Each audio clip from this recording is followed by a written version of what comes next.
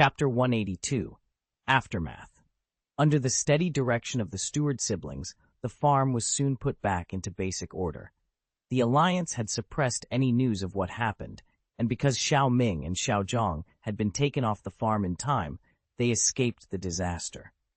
A day later, the adventuring party returned. Menghuan stood at the edge of the wreckage, staring at the ruined fields and smashed buildings as if he couldn't quite believe what he was seeing. Frost Fairy, her eyes wide and frantic, kept calling, searching for the familiar figure she couldn't find. Giratina had been posted at the farm's perimeter since the day before to keep looters and opportunists away. The Steward brother spoke quietly, his voice low and steady as he explained, step by step, what had happened 2 days earlier. When Frost Fairy understood, disbelief and pain ripped through her. Tears poured from her eyes like a broken dam. She crumpled, inconsolable. Watanabe sat on the rim of a collapsed outbuilding, his face drawn and full of reproach. He replayed his own failure over and over, how he'd rushed as fast as he could, but was still one step too late. The grief in his eyes was threaded with helpless self-blame. That afternoon, Sirona, Daigo, Mikoli, and the others arrived and joined the small, stunned crowd at the farm, each taking in the scale of the devastation in their own way. Daigo broke the silence, his voice barely above a whisper. "Do you think Otani could still be alive?" The question landed like a blow. Everyone fell quiet, staring out at the ruined landscape as if the answer might be written there. Sirona frowned, grief shadowing her features. Mikoli bit his lip so hard his knuckles whitened, tears gleamed at the corners of his eyes. No one could say for certain. The reality was too harsh, Otani's fate a painful unknown. Mew, however, seemed blissfully unaware of the sorrow around him. He let out a little mew, his wide eyes bright with innocent curiosity, as if nothing troubling could touch him. Celebi slipped a small hand into Mew's and murmured, "Bee, let's go find Otani." Mew blinked, his face lighting up. "Mew, okay." Together they opened a space-time tunnel. A brilliant flash swallowed them, and the two small figures vanished into the light. Sirona caught the movement from the corner of her eye and whispered, "Is that Mew and Celebi?" When she finally came to her senses and tried to look back, the passage had already sealed shut, leaving only an oppressive silence. Hope flared in Sirona's chest. "We still have a chance," she told herself. "Mew and Celebi have gone after Otani. Maybe they can find a way to help him and bring him back." Du, who had been listening, was stunned. He knew Mew and Celebi, had seen them before, and he trusted their power. With the divine beast's help, Otani could be found. No, he thought, they would find him. At the same time, Otani felt an irresistible force wrap around him. He could not fight it. His body was sucked into a deep black vortex where time and space blurred into meaninglessness.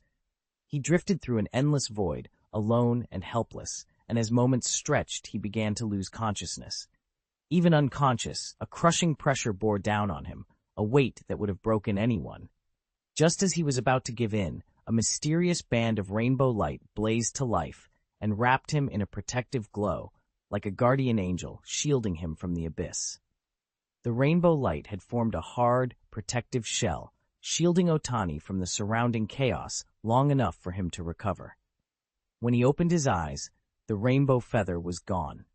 "It must have saved my life," he thought. "If I ever get back, I have to thank the King of the Phoenix." He forced himself calm and began to look for an exit. Everything around him was still pitch black, but his instincts told him there had to be a way out hidden in the darkness. Cradling Evie tightly in his arms, Otani drifted through the void. Evie, whose true name was Ibrahimovic, kept them safe with powerful telekinetic barriers. Time said slowly until Otani spotted a faint pinprick of light ahead. Hope flared inside him. He pushed toward it with everything he had. In truth, it was Ibrahimovic's telekinetic force that was driving them forward, but the energy reserves Otani had been relying on were nearly spent. That little glimmer was his only chance. Ibrahimovic, conserving strength, would only use his full power when it was absolutely necessary. Oxygen was running out. Victory was finally within reach, but Otani refused to give up. He barked an order to Ibrahimovic and forced the device to unleash every last reserve of energy. The shield, now cut off from its power source, thinned until it simply winked out. Seizing the moment, Otani dove forward into the light. His vision blurred. He felt the shock of hitting solid ground. Then the world went black as he slipped into unconsciousness. Huh? Xiaogang, Xiaoji, look, someone's lying over there, Xiaoxia cried, pointing to a patch of grass not far away. Xiaogang and Xiaoji followed her finger and saw a person sprawled motionless on the lawn. Let's go check on him. Maybe he needs help, Xiaoji said without hesitation and sprinted ahead with Pikachu at his side. Xiaogang was close behind. Wait for me, Xiaoxia called as she hurried after them. When they reached him, it was clear the man was badly hurt. Oh no, he's seriously injured, Xiaoxia exclaimed. Quick, carry him to safety. I'll grab something to use for first aid. We have to get him to Miss Joy right away, Xiaogang said, his voice steady. Xiaoji and Xiaogang carefully lifted the injured man out of the tall grass and laid him on a relatively flat patch nearby. Xiaoxia fumbled through her pack, found a first aid kit, and set to work. She cleaned the worst of the wounds, pressed cloths to staunch the bleeding, and wrapped bandages as tightly as she dared. The three of them worked in tense, efficient silence, swapping tasks without speaking, checking breath and pulse, whispering reassurances, wiping dirt from the man's face. Gradually under their hands, the bleeding slowed and the shallow, ragged breaths evened out. His color returned a little. He was still weak but stable. All right, Xiaogang said at last. Now let's get him to Miss Joy. Together they lifted him again, and supporting one another, hurried toward the Pokémon Center. Chapter 183, First Acquaintance. Otani blinked into consciousness. For a few dizzy seconds he lay still, watching a somewhat familiar ceiling come into focus. A gentle voice floated over him. You're awake. How do you feel? Any better? He turned his head with effort and saw Miss Joy's worried face leaning over him. A rush of recognition and confusion washed through him. Had he somehow come back to the same place? Oh, you finally woke up, another voice cried, brighter and younger. Otani tried to turn again. A familiar yet strange face filled his view. Xiaoxia. He stared, stunned. Great, you finally woke up, came another shout. Pikachu! She and Pikachu called out together, their excitement contagious. Ash's face lit up with delight, and Pikachu bounced happily beside him. Xiaogang, calm as ever, examined Otani with a steady, analytical gaze. The fact that he can wake up means it's not serious, he said. He should be all right. Seeing Xiaogang and Xiaoji together finally drove the realization home for Otani. He hadn't returned to his original world. He had ended up in another, parallel world. Otani struggled to steady himself and sat up, trembling slightly. Ibrahimovich let out a soft whine and looked at him with obvious concern. Otani smiled and reached up to ruffle Ibrahimovich's head. Don't worry, I'm okay. Thank you so much for saving us. No problem, Xiaoji said with a grin. We're trainers. We help each other out. Pikachu agreed at once, giving a cheerful Pika. But how did you end up with all those bruises? Xiaoji asked, curiosity tugging at his tone. Before he could finish, Xiaoxia snapped, swatted him on the head, and scolded. Don't say things like that. It's so rude. Ouch! That hurt! Xiaoxia, why'd you hit me? Xiaoji clutched his head, eyes wide in mock grievance. You're hopeless, Xiaoxia shot back. Girls are really hard to understand, Xiaoji muttered, scratching his head and shaking it half in bewilderment, half in amusement. Pikachu nodded along with his eyes closed. When he opened them again, he gave a startled squeak. Xiaoxia's fierce scowl was suddenly right in front of him. Pikachu! The cry made Pikachu jump. It stumbled back a few steps and squeezed itself behind Xiaoji, trembling. But I'm really curious about what this gentleman went through, Xiaogang said, thoughtful. Otani hesitated, then decided to tell the truth. The three of them in front of him seemed trustworthy. He drew a deep breath and spoke slowly. To be honest, it might sound a little frightening to say out loud, but I'm not actually from this world. There was a stunned pause. Xiaogang's eyes went wide as the meaning sank in. Then, three simultaneous, incredulous, huh, rang out, each one louder than the last, until the whole Pokémon Center seemed to echo with the sound. Please keep it down, and don't disturb the patients. Nurse Joy opened the door in a huff and scolded them. Immediately, the three of them lowered their heads, apologizing profusely and saying all the right things to placate her. Nurse Joy's expression softened a bit. Xiaogang, still flushed with curiosity and admiration, muttered under his breath, Even angry, Nurse Joy is so beautiful. After a moment, he realized his mistake and forced himself to calm down. Remembering what Otani had just said, one of them quickly asked, "Wait, are you saying you're from another world?" "Yes," Otani admitted without trying to hide anything. "I come from a parallel world. For some reason, I was accidentally brought here." He explained everything that had happened to him. "Ugh, those guys are so despicable," Xiaoji blurted, his voice full of outrage. Pikachu on his shoulder bristled with him and cried out in a firm, indignant, "Pika! Pika!" Xiaoxia smiled and cut in. "Oh, I haven't introduced myself yet. I'm Xiaoxia. This goofball here is Xiaoji, and that's Xiaogang." Her tone was teasing and familiar. Xiaoji paid no mind to the ribbing. He puffed up proudly and announced, "I'm Xiaoji. My goal is to become a Pokémon master."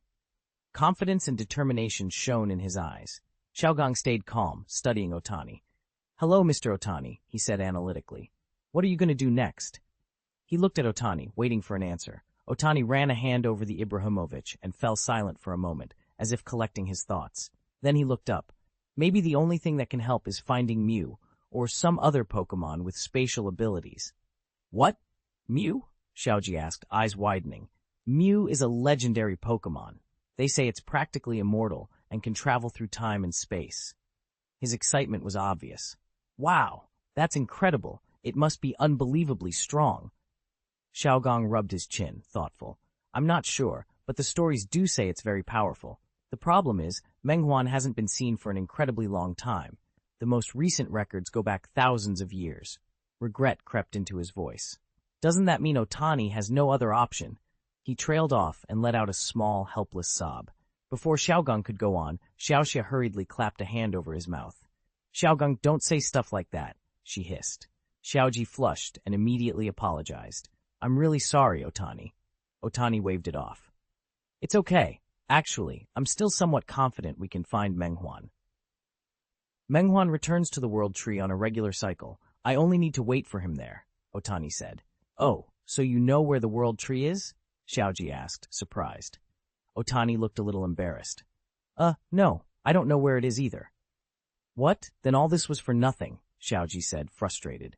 "That's not necessarily true," Xiaogang said, analyzing. "If we can find the World Tree, Otani can go back. In my world, I'm close to another Mew. I think two Mews can sense each other across worlds. If that's true here, I should be able to return." Otani nodded. "All right, then it's decided. Let's help Otani find the World Tree," Xiaogang declared. Xiaoji brightened the moment she heard that. "You guys, there's really nothing I can do about you," she said, half exasperated, half amused. Xiaoxia just stared at her, speechless. Chapter 184, Baofen Incident. A few days later, Otani finally recovered and was discharged from the hospital. The first thing he did when he got his things back was take out his Pokéballs and release all his Pokémon. Venusaur lumbered forward, sniffing the air and looking around at the familiar faces and surroundings with a hint of puzzlement. Raiden and the others hurried to circle him, nudging Otani as if checking that he was really all right. "I'm completely fine now," Otani announced to his team, his voice bright with relief. "Wow, Otani, I didn't expect your training to be this good. Every one of your Pokémon looks incredible." Xiaogang exclaimed, eyes wide with admiration. "Yeah, they look so strong," Xiaoji added, barely containing his excitement. "Otani, let's battle." "Stupid Xiaoji, you can't challenge someone the moment they leave the hospital," Xiaoxia scolded, playfully punching Xiaoji on the shoulder. Xiaoji rubbed his arm and gave a sheepish grin. "Guess I'm a little overexcited." Otani laughed out loud when he saw the familiar banter. The sight of his friends and his Pokémon together, all safe and cheering, filled him with a warm, contented feeling. "We're going to fight soon, so let's eat first." "My treat," Otani announced cheerfully. They went into a nearby restaurant and sat down for lunch. When the waiter came to take their bill, Otani suddenly went pale. He fumbled in his pockets, embarrassed. He'd forgotten a big problem. In this world, he had no legal status, and his account wouldn't work. He couldn't pay. Before things could get awkward, Xiaogang stepped forward and paid for everyone. Otani stared at him, grateful and mortified. "I'm so sorry," he blurted. "I forgot I don't have a legal identity here yet." Xiaogang patted his empty wallet with a rueful smile. "It's fine, Otani, really." Then Otani brightened, as if struck by an idea. Hey, Xiaogang, could you lend me a little more? I'll pay you back later. Xiaogang clutched his wallet to his chest and felt a surge of exasperation and affection. Otani was impossible. Still, he handed over the money. Afterward, he shook his now empty wallet and muttered to himself, half laughing, half complaining, feeling like he'd been bested by a charming little devil. It's okay, Xiaogang, really. All right, I'll pay you back later. Otani forced a smile as he watched Xiaogang tuck the money away. After borrowing the cash, Otani headed straight for the mall and bought flour, milk, honey, and some fruit for the snacks he planned to make. Then he went back to the restaurant where they'd just eaten and found a server, asking if they could use the kitchen for a little while. The server said he'd have to check with the chef. A few minutes later, he returned with an apologetic shake of his head. I'm sorry, the chef won't allow it. Just as Otani was starting to lose hope, Xiaoxia piped up. Otani, why are you trying to use the restaurant kitchen? There's a kitchen at the Pokémon Center. Nurse Joy is very easy to talk to. You can probably borrow it there. That's perfect. Let's go now. They walked over to the Pokémon Center, and as Xiaoxia had promised, Nurse Joy agreed without hesitation. Otani set to work in the kitchen with practiced ease. Dagu, do you want to handle packing? Xiaogang asked while helping with the prep. Sure, Dagu said.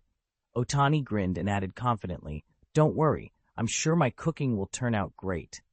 I'm going to make some baofen and sell them at a stall so I can pay you back, Otani said with a smile. With Xiaogang's help, he set to work and soon had a whole assortment ready. The moment the pastries came out of the oven, a rich, sweet aroma filled the kitchen and slowly drifted through the Pokémon Center. Wow, what a smell, a trainer called from the bright open hall. Is someone baking? That scent smells like baofen. Have we got a new pastry chef? In the kitchen, Xiaoji and the other three were already practically drooling, their eyes fixed on the warm baofen in Otani's hands. Don't just stand there, come try one, Otani said, smiling.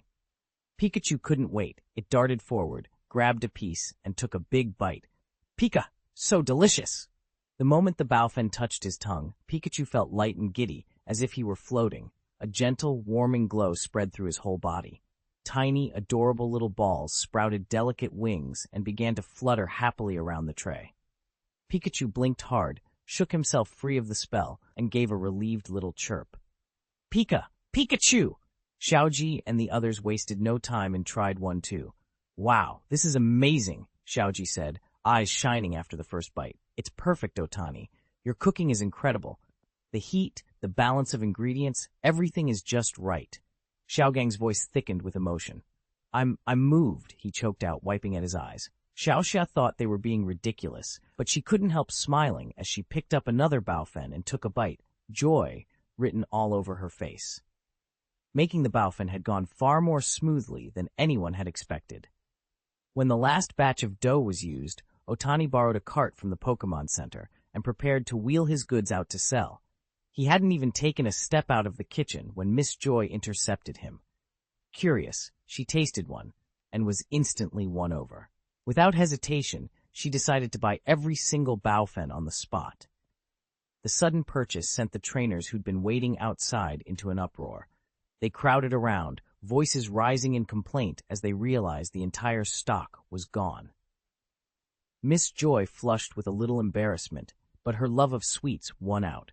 In no time at all, Otani had a small pile of coins in his hand. Without hesitating, he handed the money straight to Xiaogang. Xiaogang beamed at the fat wallet, then carefully tucked it into the inner pocket over his chest as if it were his most precious treasure. As Otani and the others turned to leave, every trainer in the hall watched them with longing eyes. Otani felt a little uneasy. Glancing at the remaining coins in his hand, he wondered whether he should do more. After asking Xiaogang to go buy enough ingredients, Dagu returned to the kitchen and got to work. They made the dim sum in batches, and each tray was gone the moment it came out of the oven. Xiaoxia and Xiaoji hustled in the dining hall, while Otani and Xiaogang raced back and forth in the kitchen. The afternoon at the Elf Center slipped by in a blur. That night, staying over at the Elf Center, Xiaogang sat hunched with the afternoon's takings and counted them like a miser. Wow, Otani, you're amazing, he crowed. You earned 2 alliance coins in just one afternoon. If you ever open a shop, you'll do great. After Xiaogang finished counting the money, he passed it to Dagu. Otani took it with a practiced smile, then reached into his pocket and pulled out a portion, pressing it back into Xiaogang's hands and offering some to the others as well. Hey, we can't take that, Xiaoxia protested. You all worked hard helping out today. You deserve the credit. Otani waved it off like it was nothing. When the three still refused to accept the cash, he gave up and handed the entire sum to Xiaogang. Consider this the food money for our next trip, he said. It's my way of making good on my promise to treat you. Chapter 185. Does anyone know where the World Tree is? Just outside Vermilion City, Otani and the others trudged along the road. They'd been walking for a good while, but the group was still in high spirits. Laughter and chatter floated on the breeze. By the way, Otani, do you know where the World Tree is? Xiaoji asked suddenly, in no particular hurry. Otani paused to think. I have a vague idea. I think it's somewhere in the mountains north of Deep Gray City, near Moonview Mountain. I'm not sure of the exact spot, though. We'd have to look as we go. Xiaogang pulled out the map, studied it, and frowned. We're in Vermilion City right now. Walking all the way to Deep Gray City is going to take a long time. We're not in any rush, Xiaoxia said with a smile. And we'll pass by your gym, Xiaogang. You've been away a long time. You can swing back and check on everyone. Xiaogang brightened and nodded. Yeah, I miss my brothers and sisters. I wonder how they're doing at home. Then let's get going. Xiaoji called, excited. Pikachu squeaked happily in agreement, as if cheering them on for the next leg of their journey. Otani, Xiaoji, Xiaoxia, and Xiaogang set out down the road toward Deep Gray City together. They walked through the morning and by noon found a small, grassy clearing where they decided to stop and rest. Otani pulled his cookware from his pack and began preparing a sumptuous lunch. Until now, Xiaogang had always been the team's cook, but today he gladly ceded the job. Otani's cooking was simply better, and Xiaogang had no complaints. While Otani and Xiaogang worked over the fire, Xiaoxia and Xiaoji set up a folding table, chairs, and the tableware. Everyone, out! Xiaoxia called, delighted, and released all her Pokémon at once. Okay, let them out for some fresh air. Xiaoji and Xiaogang agreed, and one after another they sent their partners out as well. Within minutes, the four trainers' Pokémon had filled the little patch of grass. They ate together and enjoyed the food, leaning back afterward with satisfied smiles. Then, as if remembering something suddenly, Xiaoji sprang to his feet. Otani, let's have a battle, he shouted, eyes shining with fighting spirit. If you hadn't mentioned it, I'd have almost forgotten I promised to battle you, Otani said without hesitation. They moved to an open patch beside the road where someone had clearly set up a temporary battlefield. Trampled grass and a few discarded items showed a trainer had rested here recently. For this match, Otani chose to send out his Snorlax. The Pokémon had been idle for a long time, mostly eating and sleeping, and had never had a real fight. Otani knew how strong it was, but he wanted it to come down and face Xiaoji to see how it would perform. Snorlax trudged onto the makeshift field with obvious reluctance, yawning as it went. Wow, that Snorlax is enormous, Xiaoxia blurted.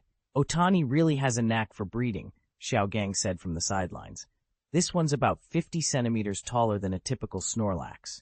A normal Snorlax is around 2.1 meters, so this one's roughly 2.6 meters. Its weight must be at least 700 to 800 kilograms, probably even heavier. Xiaoji had planned to send Pikachu into the battle, but to his surprise, Charizard stormed onto the field instead. Charizard, don't go in without my permission, he called out, more frustrated than angry. Ever since Charizard had been abandoned as a youngster and later tamed by Xiaoji, it had been stubborn, especially after it evolved from Charmeleon. The disobedience only grew when it became Charizard. It frequently ignored commands in the middle of a fight. Xiaoji swallowed his irritation, took a steadying breath, and forced a smile. Well, since you're already out there, do your best. Come on, let's go, Charizard, he shouted, his voice firm. Charizard lifted its head and roared, a gout of brilliant flame streaking up into the sky as if to declare its power and resolve to the opponent. Across the field, Snorlax, who had been standing, suddenly looked drained. It sat down without hesitation, then, as if a great burden had been lifted, slowly collapsed back onto the ground and lay there, relieved. Otani watched helplessly as Snorlax's eyes drooped and muttered, "What a lazy lump." It didn't take long for the huge Pokémon to sink into a deep sleep, a line of snot bubbles, sometimes huge, sometimes tiny, popping at the tip of its nose like a sleepy announcement of how comfortable it was. That display infuriated Charizard. With a furious snarl, it flared, mouth bright with heat, and unleashed a jet of searing flame straight at Snorlax. To everyone's surprise, the attack didn't wake Snorlax. It simply lazily scratched the scorched spot with one massive hand, rolled over, and went right back to dreaming. Otani flushed and stammered an apology. "I'm so sorry. Maybe I've spoiled him. He's gotten way too comfortable."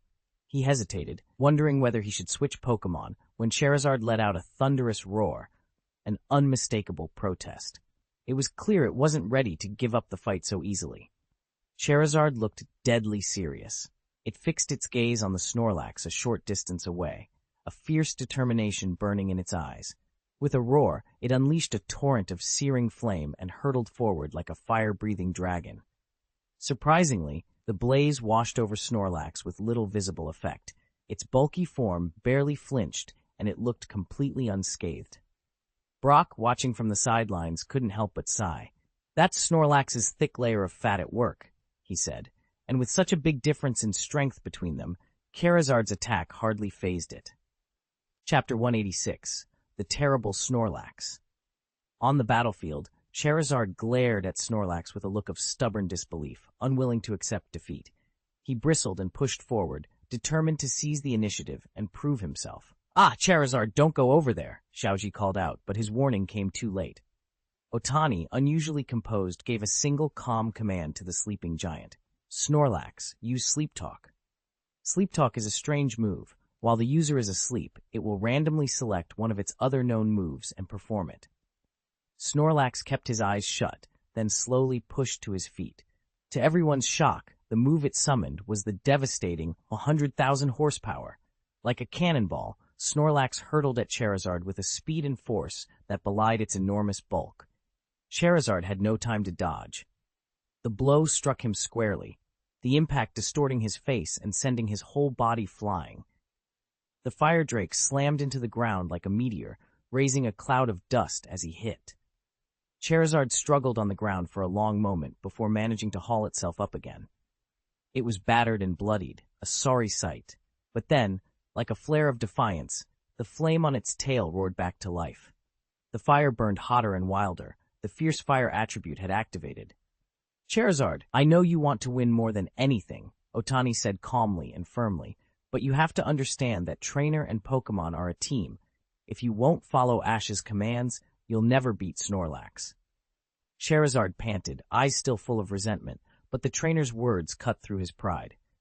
In his present condition, he stood almost no chance of taking down the powerful Snorlax alone. He turned to look at Ash. Ash met his gaze with the same burning fighting spirit. Ash reached out and made a fist. Charizard tapped its sharp claw against it, a wordless pact between them. "Ready, Charizard?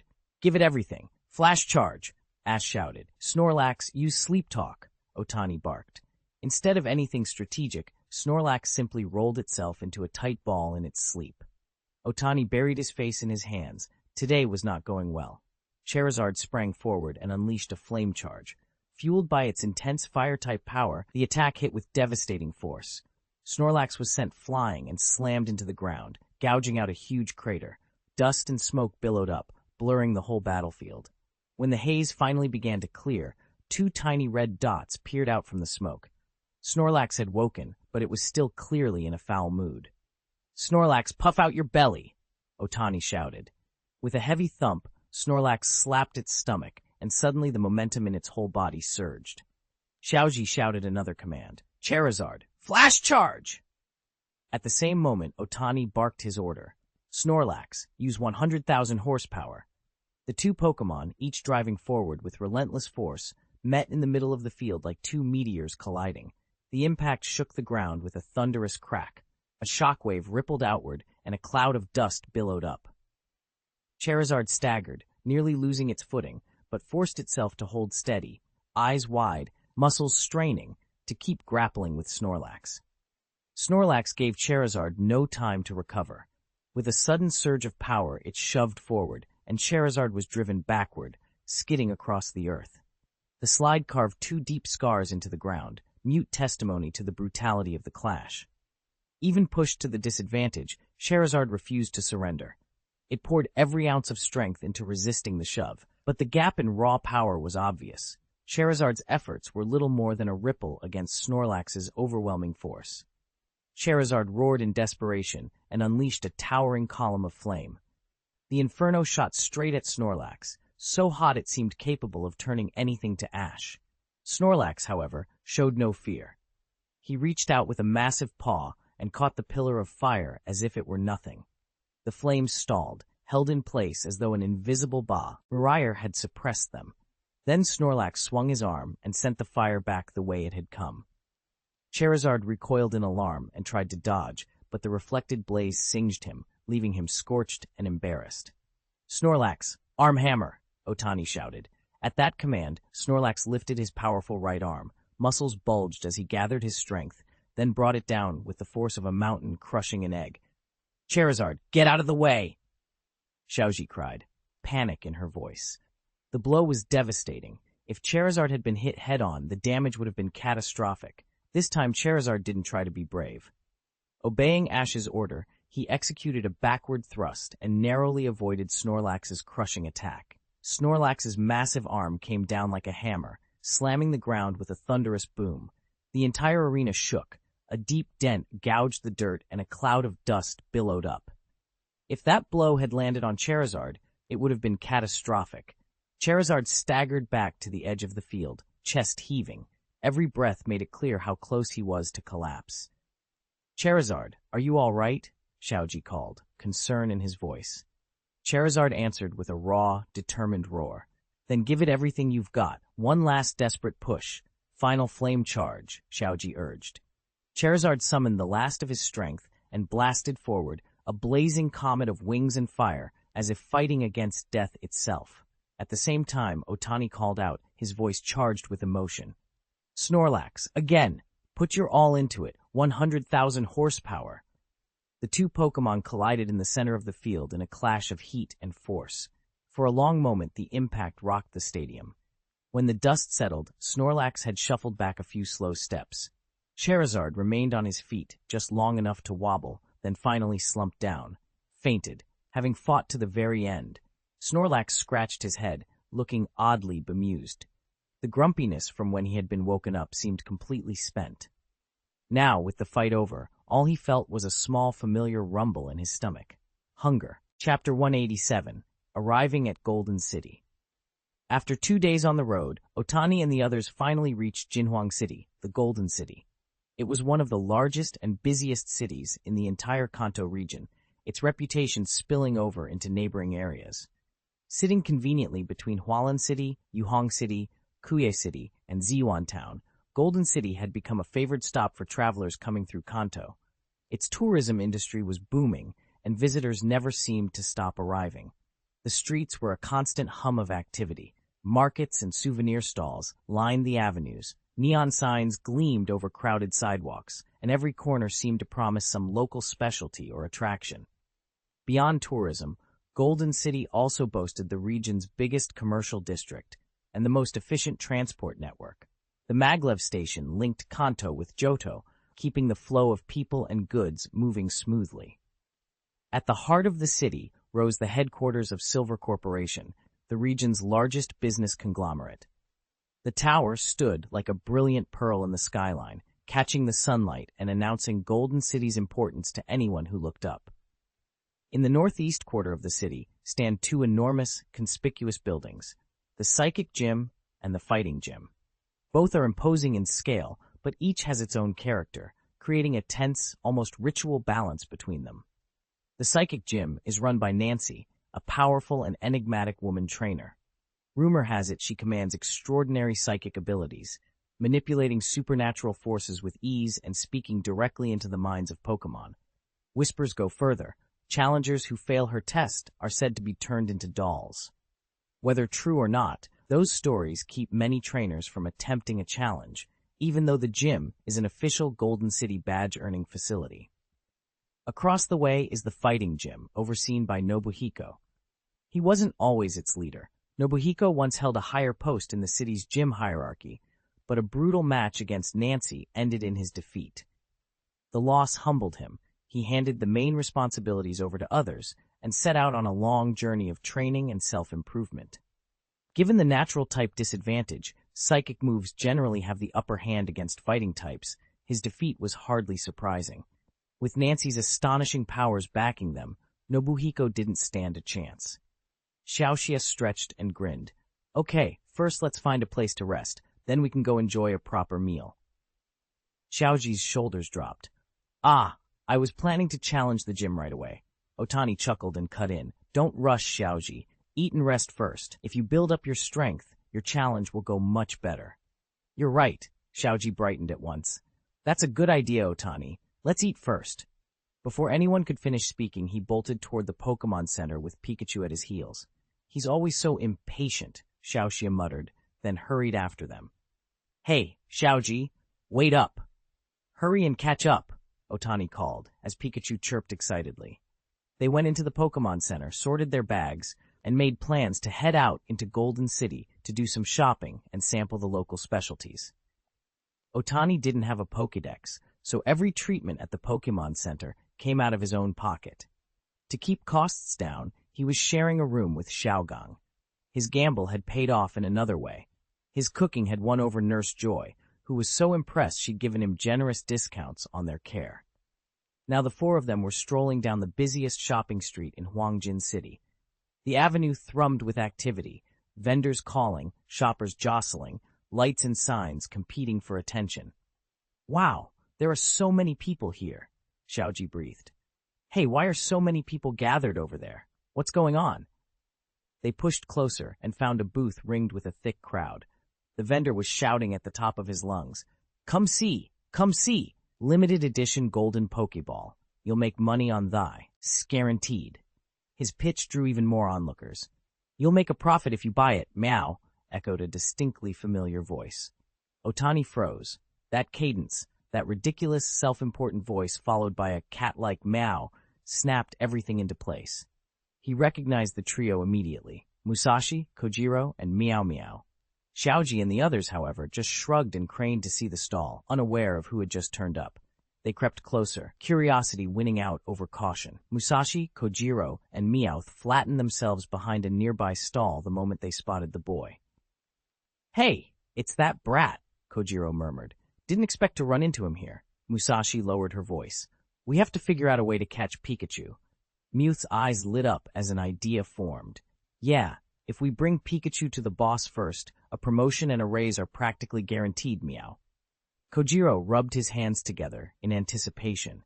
The three of them exchanged wicked little laughs. Just then, Xiaoji popped his head out from over the stall and peered straight at them.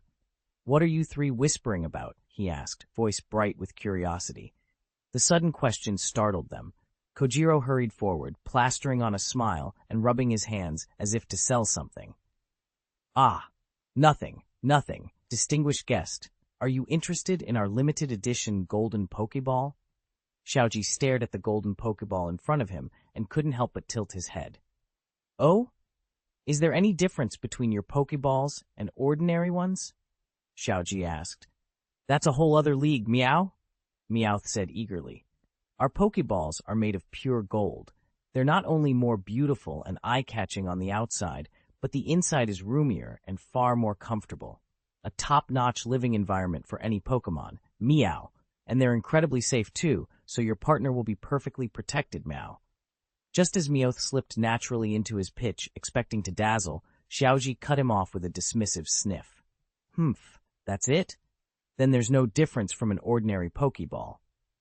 Damn little brat, Meowth thought, fuming inwardly, but he didn't dare say it aloud.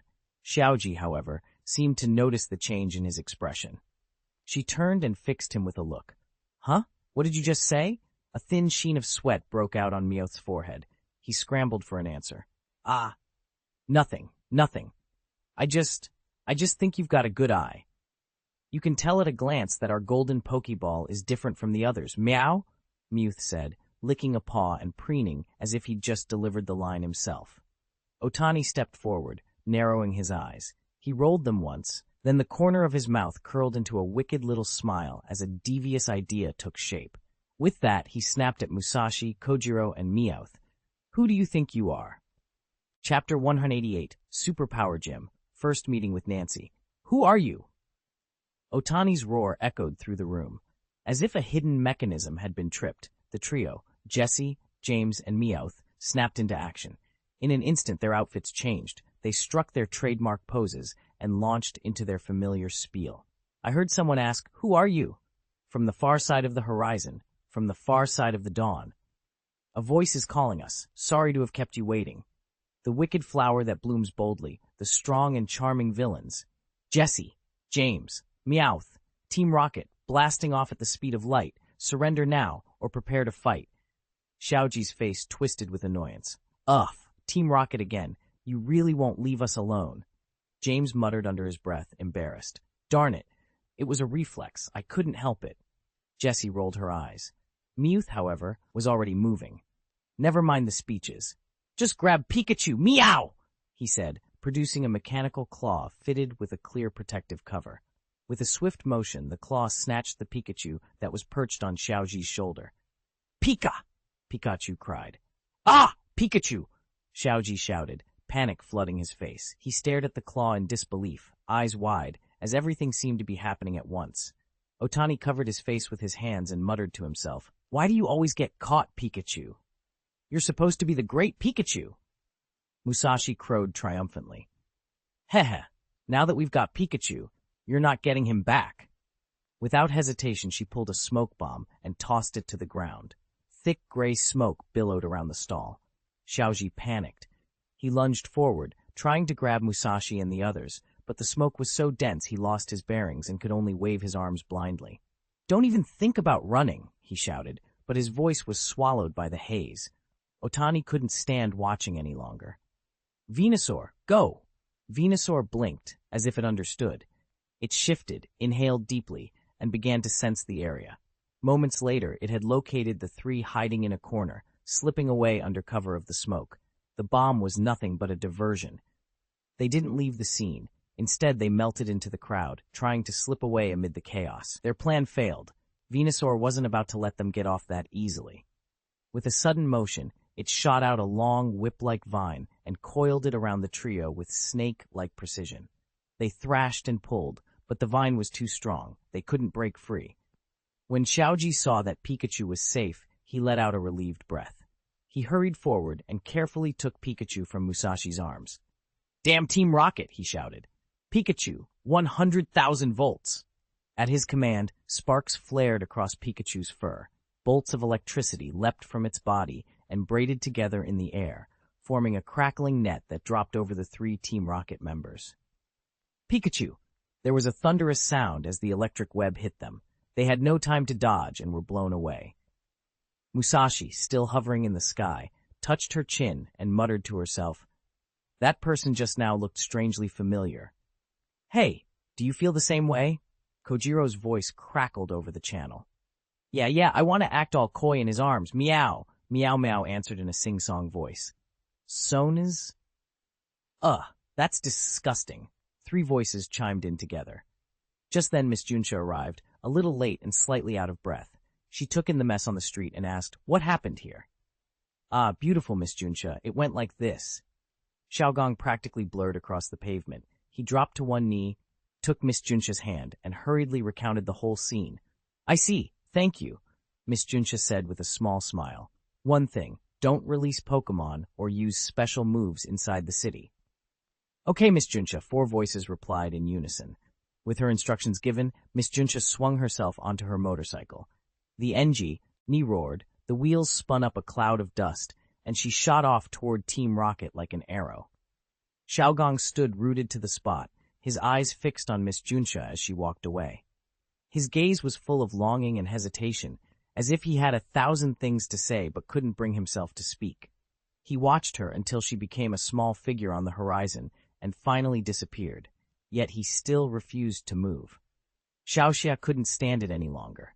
She marched over, grabbed Xiaogang by the ear without a second thought, and gave it a hard yank. "Hey, stop staring! They're all gone," she scolded. Xiaogang yelped in pain, but still hesitated. Irritated, Xiaoxia tugged even harder and began hauling him back. At that moment, Xiaoji came up, picked something up off the ground, and examined it closely, a golden Pokéball. He studied it for a few seconds, then blurted out in surprise, "Ah! It's fake!"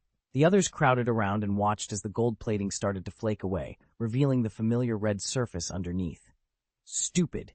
It's gotta be fake!" Xiaoxia glared at Xiaoji. "They're Team Rocket. How could they possibly have a real golden Pokéball?" Xiaogang, still rubbing his ears, took the chance to beg, "Xiaoxia, my ears hurt. Please, let go." Xiaoxia snorted and finally released him. Xiaogang massaged his reddened lobes and muttered, "That almost got ripped off." Dagu cut in, clutching his stomach. "Enough messing around. Let's go eat. My stomach won't stop growling. I'm going to starve if we don't." Everyone nodded and headed for the nearest restaurant, chatting about the earlier incident as they walked. The Rockets had disrupted the business district for a while, but under the League staff's direction, the street had quickly returned to normal. After lunch, Xiaoji stood in front of the psychic-type gym, radiating confidence. "Xiaoji, do you want to pick a different gym?" Xiaogang asked, concern in his voice. "Maybe a fighting type would be safer. You know how vicious Nancy is." "It's fine," Xiaoji replied. "I caught a ghost-type Pokémon. I'll be okay." "Don't you agree, Haunter?" Xiaoji asked, glancing at the ghostly figure beside him. "Heh, slurp!" Haunter appeared and gave Xiaoji a quick lick. "Ah, numb. It's numb." Xiaoji's whole body shuddered and he collapsed to the ground, one leg still twitching. "Is this really okay?" Xiaoxia fretted. "I always get the feeling Xiaoji is a little unreliable." Chapter 189, Superpower Gym Shock. "Hello? Is anyone here? I'm the trainer who scheduled a challenge for yesterday." Xiaoji called from the doorway. His voice rolled through the empty gym, but no one answered. He frowned. Something felt off. After a moment's hesitation, he stepped inside. A cold draft hit his face. Under the dim ceiling lights, only vague shapes of equipment were visible. Then, as if his call had triggered a sensor, the lights snapped on all at once. The sudden brightness made both of them squint and instinctively raise their hands to shield their eyes. "Ha-ha!" A high, unfamiliar giggle echoed through the space, and a shiver ran down Xiaoxia's spine. She hugged her arms to herself, goosebumps prickling her skin, and leaned toward Xiaoji in a whisper. "Xiaoji, I have a bad feeling about this. Maybe we should reschedule the challenge?" She hadn't finished the sentence before a small figure materialized a short distance in front of them. A little girl, standing perfectly still in the glare of the lights. She wore a wide-brimmed sun hat and a pretty little white dress.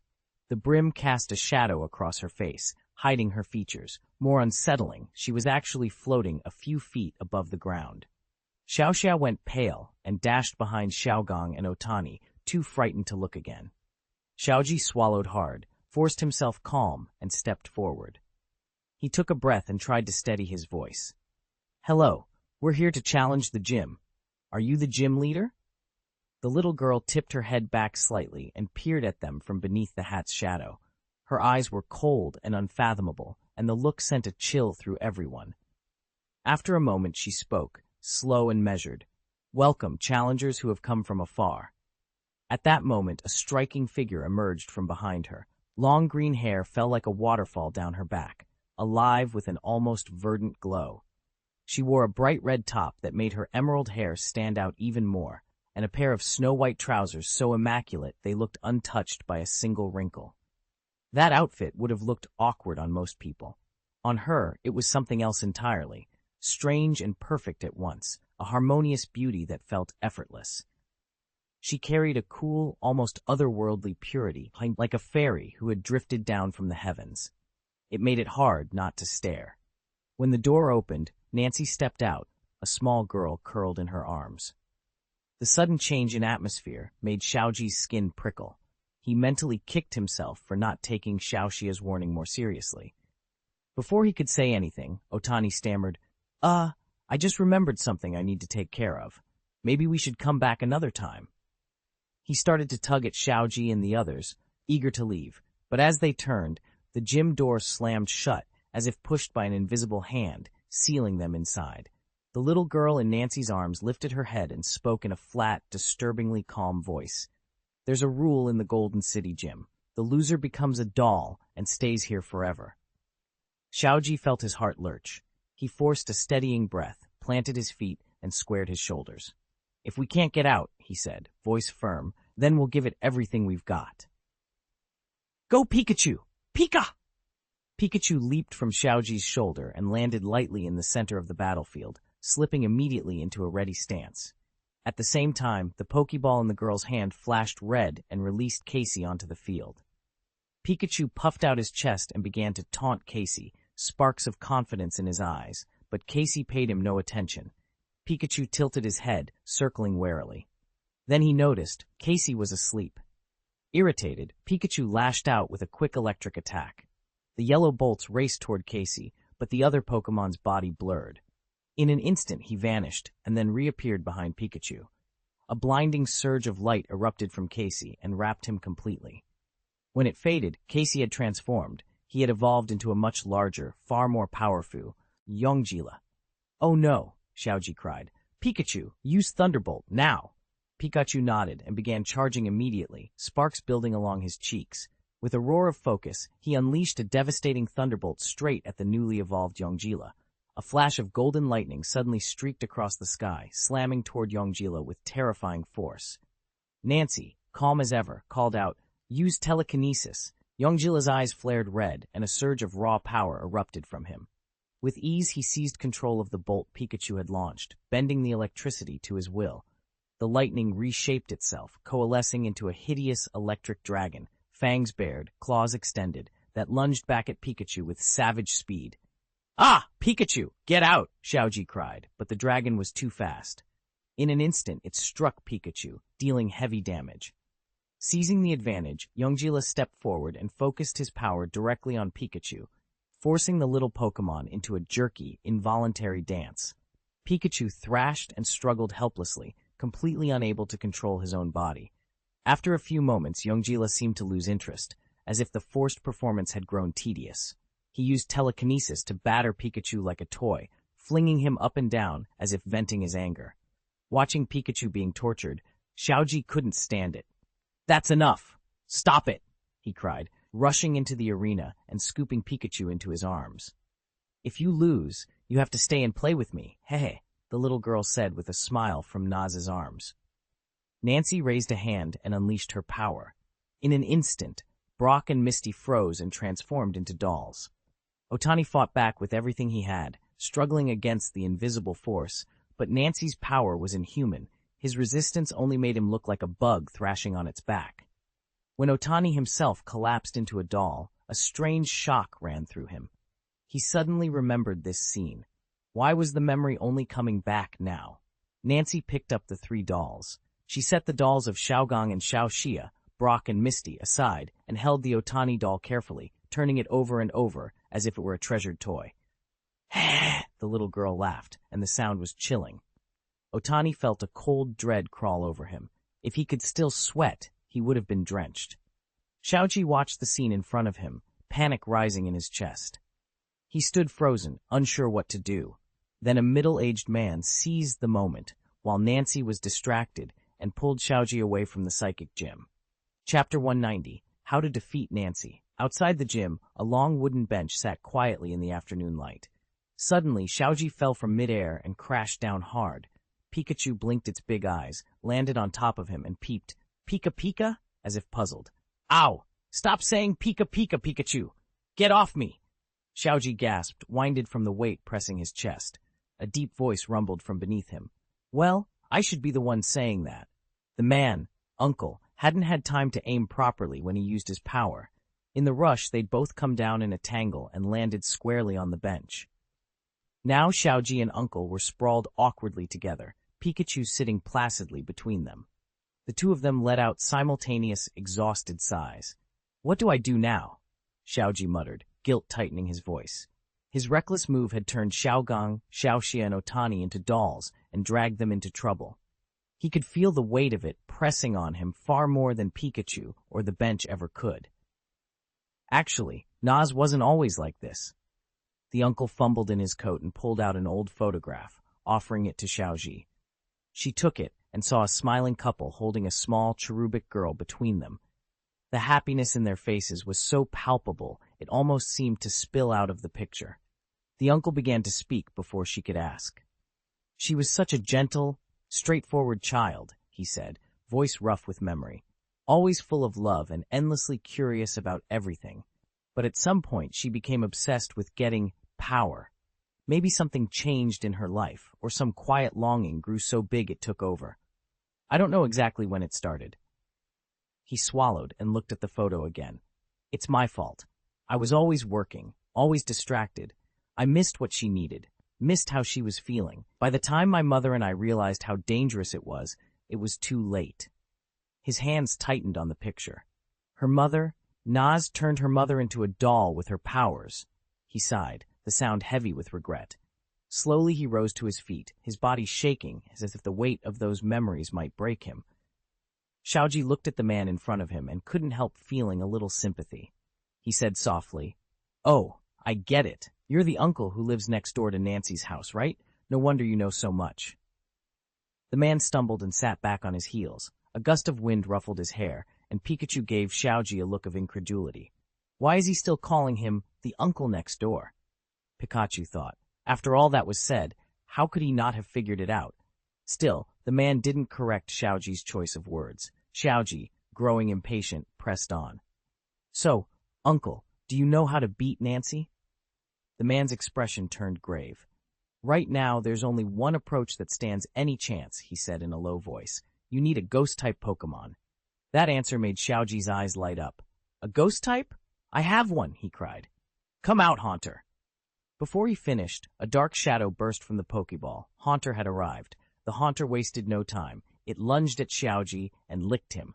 Sizzle! Sizzle! The strange sounds cut through the air as the ghost's tongue struck like lightning. Caught completely off guard, Xiaoji was hit full on. A numbness crept over him, and he collapsed onto the bench, trembling. Pikachu let out a helpless sigh, fished a spicy cherry fruit out of Xiaoji's backpack, and pressed it into his hand. After he ate it, the numbness eased a little. "Even with a ghost-type Pokémon, your chances are still slim," the uncle said, shaking his head. His tone offered little hope. "If there's even a sliver of a chance, I'll take it," Xiaoji replied, forcing his voice steady as he recovered. But when he looked at the superpower gym looming behind him, he couldn't help the tremor in his hands. Inside the gym, Nancy idly toyed with the doll that Otani had been turned into. The little figure was so adorable it made onlookers smile, but Otani, trapped in that form, couldn't laugh. Nancy chuckled softly as she cradled the doll. "What an interesting friend," she said. "I think I'll keep you by my side forever." Otani could do nothing but watch. He couldn't even move his mouth to speak. A dull, bitter helplessness settled in his chest. It felt as if Nancy had thoroughly combed through his mind. Fortunately, the system had done its job. It had successfully hidden the secret of his soul transfer and the memories of his past life, and had not revealed its own existence. But aside from that, almost everything else was now exposed to Nancy. "Other worlds," she murmured, staring at the little Otani doll in her hand, her eyes bright with curiosity. It was like she had discovered a whole new field of study, and Otani himself had become the crucial clue she needed to unravel the mystery. The gym door opened again, and Xiaoji hesitated on the threshold. He was scared, but he forced himself forward. "Gym leader Nancy, I want to challenge you again," he called out loudly, as if trying to bolster his own courage. Nancy turned to him, intrigued that he had come back instead of running away. A small smile played on her lips. "Ha-ha," she said. "If you lose, you have to stay and be my friend." After hearing his friend's cry, and then seeing Otani transformed into a doll, Xiaoji felt his courage evaporate, but he forced himself to stand his ground. The little girl's Pokéball clicked open, and Yongjira surged onto the battlefield. Xiaoji whirled to Pikachu. "Pikachu, he began, but Pikachu took a step back, pressed himself against the wall, and shook his head so hard it was impossible to mistake. Xiaoji threw out his other Pokémon in a flurry. Charmander, Bulbasaur, and Squirtle popped free, glanced around, then immediately squirmed back and hid behind him. They weren't being cowardly. Whatever Nancy was, it scared them through and through. Even from inside their Pokéballs, they could feel its presence and recoiled. "What are you doing?" Xiaoji snapped, frustration cracking his voice. Before he could get an answer, Nancy, who had been waiting silently, materialized right behind him. She held the little girl in her arms. Her hair floated as if in a current, and her eyes glinted with a cold, unreadable light. Her voice was low and icy. "Ah, no, it's nothing. It'll be fine soon," Xiaoji stammered, more to convince himself than anyone else. He fumbled for Haunter's Pokeball and tossed it out without hesitation. Nancy let out a short, dismissive snort and settled back into her seat as if Xiaoji's quick move had been expected. "It all depends on you, Haunter. Go!" Xiaoji called, tossing the Pokeball. The ghostly Pokemon materialized with a faint, echoing boo. Haunter was about to give Xiaoji one of his trademark licks, but Xiaoji held up a hand. "Not now, Haunter. Save the cuddles and focus," he said, half exasperated. Haunter scratched the side of his head, glanced at the opposing Pokemon, Yonggila, and then at Nancy standing behind it, and let out an awkward little heh. Nancy, growing impatient, used telekinesis and barked an order to Yonggila. The opposing Pokemon lunged, but Haunter dissolved into a shadowy form and slipped through the attack. He reappeared behind Yonggila, making a ridiculous face. When Yonggila spun to retaliate, Haunter was gone again. "Hey, Haunter, no fooling around at a critical moment," Xiaoji shouted over the megaphone from the edge of the arena. Haunter ignored him and suddenly reappeared right beside Nancy. She stared at him, confused. Without warning, Haunter pulled a small bomb from his mouth, the fuse already sparking. "Ah!" Xiaoji and his uncle shouted in unison, but it was too late. The bomb detonated with a muffled boom. It wasn't a powerful blast, but when the smoke cleared, both Haunter and Nancy were coughing and covered in dust. Xiaoji and the uncle both went rigid with nervousness.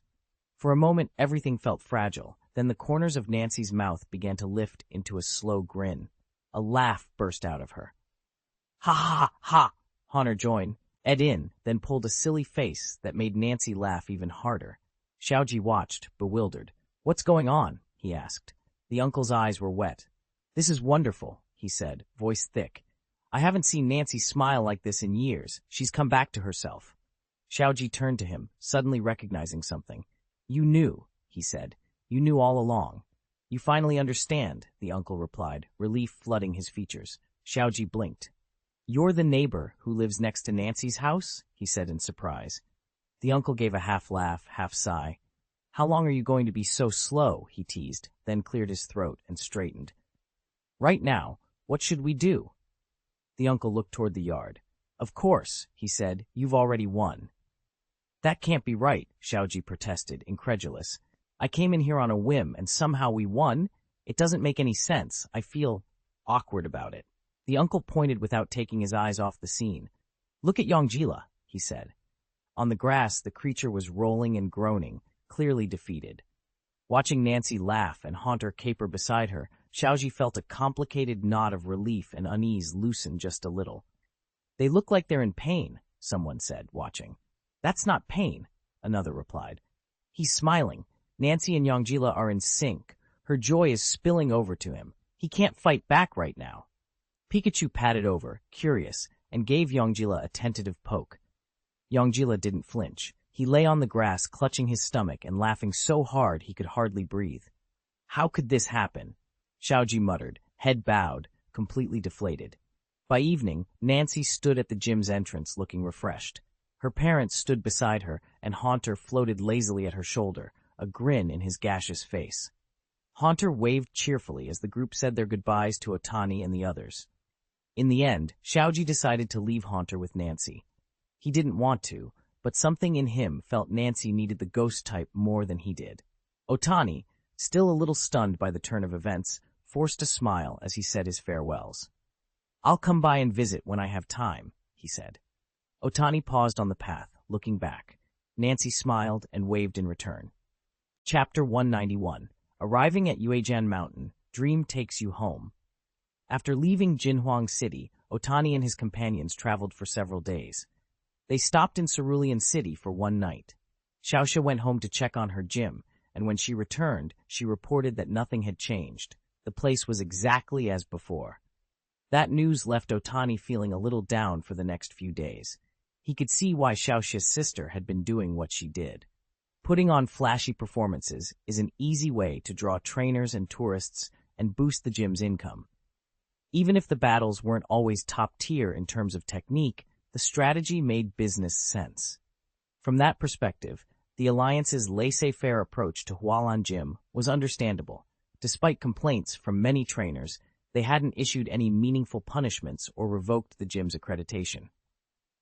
Otani had no desire to meddle or to lecture Xiaoxia about her family's choices.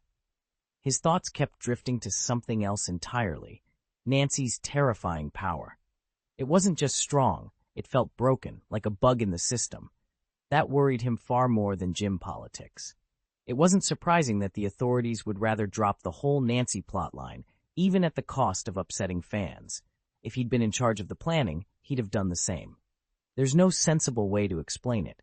Who can turn a living person into a doll and have her survive for decades afterward? I doubt even the legendary Arceus could pull that off. At last, Otani and his group reached the foot of Mount Tsukimi and took a short rest. After making their final preparations, they set off into Yuejian Mountain. I can't believe I've never been inside Yuejian Mountain before, Xiaogang sighed. For years he'd been tied up running the household, looking after his siblings, and managing everything at the gym. Now that his irresponsible father had finally returned, Xiaogang could at last carve out time to make this trip. This is so boring, Xiaoji complained, dragging his feet and holding his head in his hands as he trailed behind the others. Pikachu, by contrast, was full of energy. It darted along beside Xiaoji's feet, sniffing and peering around with bright curiosity. Xiaoxia stayed quiet, still not quite catching the others' good intentions. Otani stared helplessly at the vast moon mountain, Mount Tsukimi, rising before them, unsure how to proceed. After a moment of awkward silence, he finally spoke up, voice a little embarrassed. Mount Tsukimi is huge. If we search place by place, we might never find it. Maybe I should go look for it on my own. How can you say that? We promised to help you find your way home, Otani, Xiaoji answered quickly. Yes, this is part of the trip, Xiaogang added with a small smile. Otani thought it over and, relieved, agreed with Xiaogang. But Xiaoxia, who had been quiet for some time, cut in. Wandering around without a plan could take forever, she said. She sounded more like herself again. Yeah, wait, should we ask Professor Oak? Xiaoxi suddenly suggested, as if remembering an important person. At the mention of Oak, Otani's eyes lit up. Of course, how could he have forgotten? Professor Oak might actually know where the World Tree is, and he even has experience with time travel. That could be the lead they needed. Xiaoji didn't hesitate. She pulled out her Pokédex and contacted the Oak Research Institute directly. A moment later, Professor Oak's familiar face filled the device's screen. Xiaoji, what's happened? He asked. Xiaoji quickly summarized the events. Professor Oak listened, stroking his chin as he thought. I still recall the general area, he said at last. It should be deep in the mountains north of Yuejian Mountain, but I can't give you the exact location. Xiaoji blinked in surprise.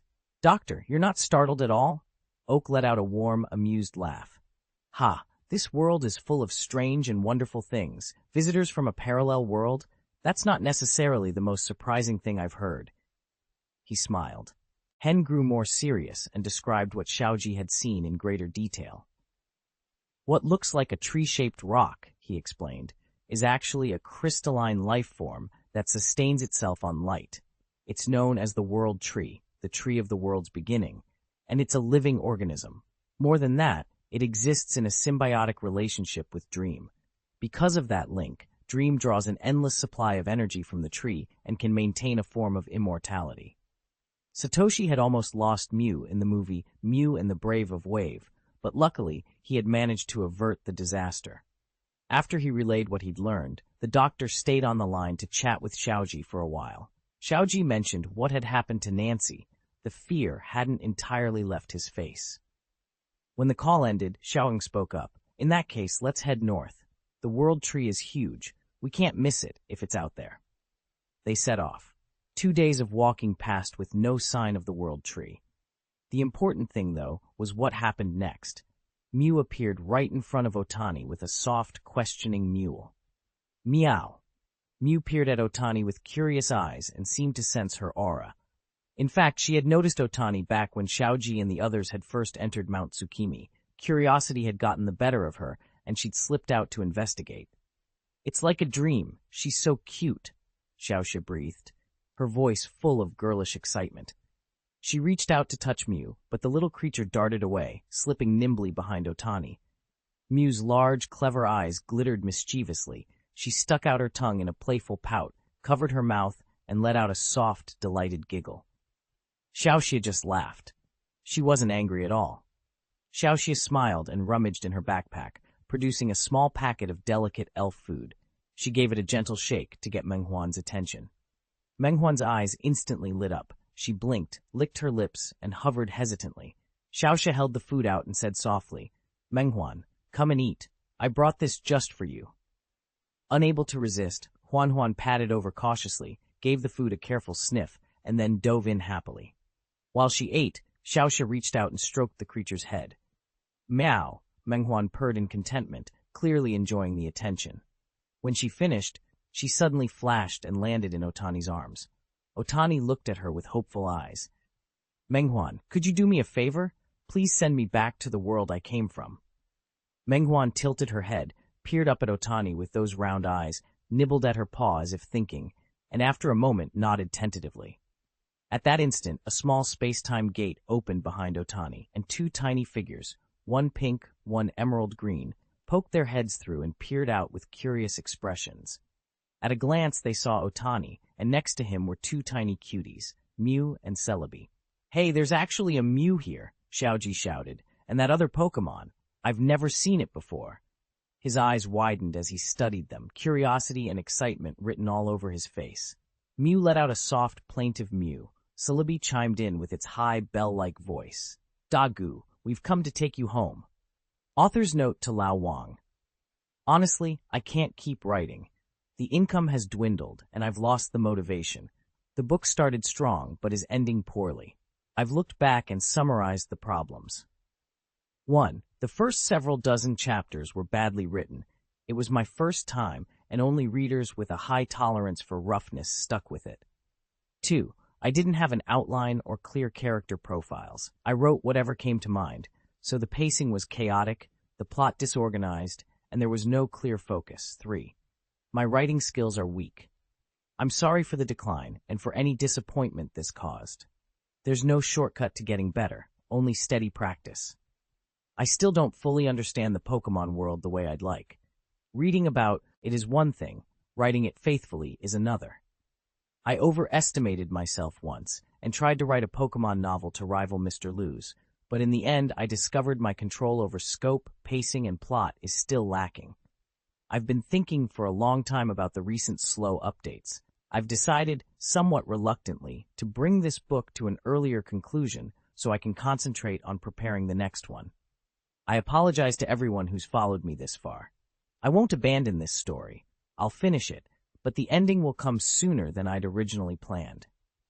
The next book will still be part of the Pokémon farming series. I already have the plot and the main storyline sketched out. I just need time to organize it into a proper outline. Thank you all for reading and for your patience. Your support means a lot, and I'll keep working to improve. Chapter 192. Returning home, the mastermind arrives when Mew and Celebi appeared. Otani felt a joy he couldn't put into words. He stared at the two small, mysterious Pokémon with wide eyes, so overwhelmed he could barely speak. After a long moment, he found his voice, trembling with gratitude. "Thank you, Mew. Celebi." The Mew danced lightly in the air, a delighted chirp escaping it. "Mew." It then flew into Otani's arms and nuzzled the Mew that had already been there, as if the two were sharing the happiness of a reunion. Xiaoji watched the scene with a bright smile, but the smile faded as a pang of loss crept in. It suddenly occurred to him that Otani might be leaving them to return to his own world. "That's great," Xiaoji said, trying to keep his tone light. "Otani, are you leaving now?" Otani's expression tightened with guilt. He exhaled slowly and answered, voice low and steady. "I'm really sorry. I was pulled into this world by that attack before, and didn't expect any of this. I don't know what's happening back home, so I have to go back as soon as possible. I hope you can understand. Otani's voice was threaded with helplessness and regret, but he knew the responsibilities he could not escape. Xiaoji nodded quietly. He understood. Although it stung a little, he knew Otani had a family and a life to return to. "Dagu, you should head back soon," Xiao Gang said calmly. "All right, Xiao Gang, I'll be off then." Otani opened his newly bought backpack, took out a thick notebook, and handed it to Xiao Gang. "I put this breeding notebook together over the past few days. It records a lot of experience and techniques about Pokémon breeding. I thought it might be useful to you." Xiao Gang accepted the notebook with surprise and flipped through a few pages. His face lit with astonishment. "This is incredibly valuable. Are you sure I can take it?" Otani smiled and cut him off gently. "Of course. If this knowledge isn't shared, it won't be able to do any good. I'm giving this to you because I trust you won't let me down." Otani then turned to Xiaoxia, who was standing at his side, and said earnestly, "Xiaoxia, you need to work hard too. I hope you can understand that your sisters only did what they did with good intentions." "Good intentions," Xiaoxia echoed, momentarily stunned. The meaning didn't register right away. She just stood there, puzzled. After a few seconds, she fell quiet and began replaying her sister's past behavior in her mind, searching for reasons behind their actions. Slowly, a light returned to her eyes as Otani's words clicked into place. She finally understood what he meant. "Xiaoji, you have to work hard as well," Otani continued, looking now at the boy. "I believe you can become a great Pokémon trainer someday." "I'll do my best," Xiaoji replied, his voice full of enthusiasm and a determined sparkle in his eyes. Otani forced a small, reluctant smile. "Even though our time together was short, it was really happy. Thank you. I'll definitely come back to see you when I get the chance." But something urgent had happened back at the farm. He couldn't afford to stay. Time was running out. He had to leave immediately. "Mew, Celebi, let's go." Otani set Mew gently into his palm, slung his backpack over his shoulder, and faced the two Pokémon. Mew and Celebi seemed to sense the farewell. They smiled and nodded, then at once used their powers to open a space-time portal. Otani walked straight toward it, without hesitation. He turned once, eyes fixed on Xiaoji and the others, and waved energetically as his last goodbye. Then he stepped into the passage without looking back.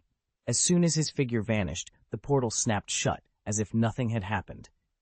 Xiaogang picked up the notes and read them carefully, not missing a single word.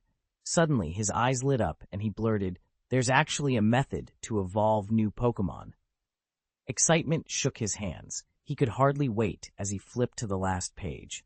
When Xiaogang saw what was in the notebook, he couldn't help but blurt out, Oh, let me see what Pokémon that is." Xiaoji and Xiaoxia hurried over at his call and peered at the page with curious eyes. "Is that really the new evolution of Farfetch'd? It's called Onion Warrior. What a fierce name!" Xiaoji exclaimed. At that same moment, through the space-time channel, Celebi and Mew gripped Otani's hands and hurtled forward at breakneck speed. Otani's backpack jostled wildly as they moved. The furry little head of Ibrahimovic poked out from the opening.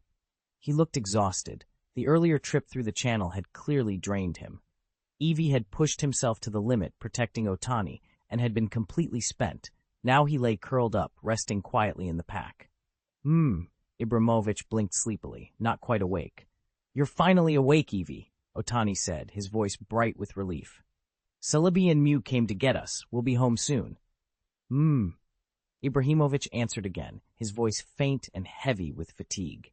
Otani glanced down at Ibrahimovic with concern and spoke softly. "All right, little guy, get some rest. When you wake up, we'll be back at that warm farm." At his voice, Ibrahimovic climbed into the backpack, found a cozy corner to curl into, closed his eyes, and began to sleep. Inside the space-time channel, time itself seemed to blur. Otani couldn't tell how long they traveled. At last, they reached the end of the passage. Mew and Celebi hovered ahead and guided them through a gate of light, and beyond it lay the farm, restored and looking almost exactly as it had before. There were still faint traces of the battle on the ground, but everything had been carefully mended. When Otani stepped back onto the farmland, a rush of feeling tightened his chest. He whispered, "Finally, we're back," and hot tears of joy stung his eyes. It was late. The farm was hushed and still. Otani eased open the farmhouse door as gently as he could, not wanting to wake anyone. The familiar smells and quiet of the room washed over him and settled him like a warm blanket. Otani climbed the stairs to the second floor and eased open his door. Several little Pokémon were curled up, fast asleep across his bed. He paused in the doorway and called softly, "Love?" At the sound of his voice, the housekeeper, the woman everyone thought of as family, woke at once. She rubbed her eyes and, catching sight of him, broke down. Tears streamed down her face as she flung herself into Otani's arms. "I'm so sorry for making you worry," she sobbed. Otani gently soothed her, motioning for her to be quiet so she wouldn't wake the sleeping Pokémon. From a shadowed corner of the room, Darkrai drifted into view. "Thank you for everything you've done while I've been gone," Otani said quietly. Darkrai only shook his head and remained silent. Slowly he sank back into the valley's shadows, as if preparing to leave through a time-space channel. Before he disappeared, Otani used his power to ask him to keep an eye on the farm. Darkrai gave a brief account of what had happened in Otani's absence. Otani listened in silence. His expression darkened with every word. At last he murmured, "So it's finally coming?" Otani lunged sideways in a desperate reflex, narrowly avoiding the blow aimed at his back. He scrambled to his feet, and a swarm of Pokémon instantly closed ranks around him, forming a tight protective circle. They fixed the black-robed figure hovering above with hostile, watchful eyes, as if confronting a grave threat. "Wang Yu," the man intoned, the name hanging oddly in the air. Dagu froze. That name rang both familiar and wrong. Why would this stranger know a name from his previous life? A cold panic tightened in him as he stared up at the floating figure. The face beneath the hood seemed faintly familiar, but he couldn't place it. Thoughts churned through his head until the most impossible possibility pushed to the front. The black-robed man laughed softly, eerie, deliberate. With a slow, theatrical motion, he peeled back his hood. Silence crashed over them. Everyone below gaped. The face revealed beneath the cloak was the spitting image of Otani, identical in every feature. "What just happened?" Du muttered, bewildered. Then the black-robed man's laugh broke loose, wild and escalating, swelling until it filled the air with a thunderous, deafening roar. The man's laughter died suddenly. His face twisted into something ugly and unnatural as he bellowed down at the crowd. "He's just a miserable thief who stole my body. I am the real Dagu." All eyes turned instinctively toward Otani. For a long moment he said nothing, then he simply nodded. "Yes, I'm not from this world. I came from somewhere else." A Bulbasaur stepped forward and pressed its forehead against Otani's shin, whining softly. The other Pokémon crowded around and nuzzled him too. They didn't care about claims of true identities. In their simple, loyal way, the one who fed them, cared for them, and watched over whether they slept and ate was the one they would follow. The man in the black robe snarled, jealousy and fury twisting his expression. "No, Venusaur, damn you, I'm your master," he spat. Bulbasaur glanced at the black-robed man with a conflicted look, but it stayed planted in front of Otani, protective and steady. The black-robed figure paused, then threw back his head and laughed again, wild and scornful. "Forget it," he sneered. "They're useless. I have better ones." He opened his hands. A smaller, demonic wolf materialized slowly in the air, its breath steaming in the charged silence. "Ha ha! Behold the strongest Pokémon granted to me by the great god of destruction, the Destroyer Wolf! Kill them all!" The demon wolf hovered in the air. A destructive ray condensed in its maw, coalescing into a concentrated beam before crashing down with a thunderous impact. "Attack!" Du shouted the order the instant the wolf struck. All the Pokémon surged forward in unison. Eevee shifted, first reverting into its Mewtwo form, then ascending into its Mega Mewtwo Y form, radiating a terrifying power. It led the counterattack against the demon wolf. The clash dragged on for a month. The two sides pushed and fell back again and again in a brutal exchange of blows, until finally the demon wolf was overwhelmed by the combined assault and collapsed. The cultists were quickly rounded up and brought under control as well. The reinforcements could not intervene in the titanic duel between Fenrir and Arceus. Only Otani and a few others remained able to help at that front. Everyone else turned to search and rescue, pulling survivors from rubble, evacuating the injured, and stabilizing the region. With Otani's aid and the coordinated efforts of the others, Fenrir was gradually subdued. At last, together they helped Arceus seal Fenrir once more.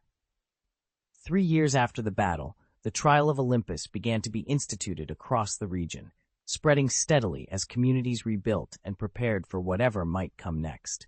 In the beginning, Otani pushed Olympus hard, investing time and energy into vigorous promotion. Once the company was firmly on its feet, he handed management over to the Alliance, keeping only a modest share of the profits for himself. Free from corporate responsibilities, he devoted himself to a different mission, training and sponsoring promising but impoverished trainers. Within 5 years, the payoff was obvious. Many of the trainers Otani had backed in those early days began to make names for themselves. A decade after he shifted focus, Otani and Professor Oak jointly published training methods for most Pokémon. The revelation caused an uproar. The great houses of Kanto were blindsided and had no choice but to accept the new reality. Neither Otani nor Oak could be easily opposed, and trying to anger both of them at once was simply impossible. 15 years on, acting on Otani's advice, the Kanto region instituted compulsory education. Every school-age child was required to complete 6 years of schooling. 50 years later, Kanto was producing a steady stream of outstanding trainers, many of them from the generation Otani had sponsored, and his early investments in people had reshaped the region's future. After that, Otani paid little attention to the outside world. He settled into a quiet life in the countryside, content in the company of his children and grandchildren. 60 years later, surrounded by his family, he took Nancy's hand, and with reluctance and deep feeling, closed his eyes. His funeral was modest, only a few close friends attended. In accordance with his will, his eldest son laid his ashes to rest in the Tower of Rest. The end.